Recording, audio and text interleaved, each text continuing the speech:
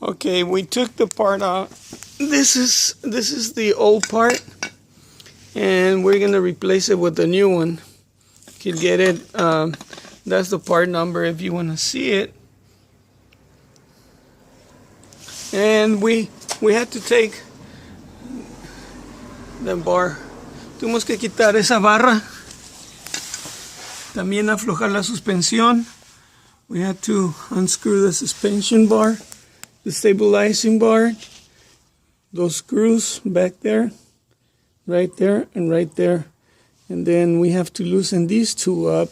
I may have to loosen them as much as you need to in order for that right here to come out. Okay, so that's the process that we had to do. And few other little things that come across, you will see them. Esos tornillos que quitamos de los lados de aquí de la barra estabilizadora que está ahí atrás, estos que están aquí también, estos los tuvimos que aflojar. ¿Sí? Ahí está. Pues ya nomás vamos a poner la parte de regreso para atrás.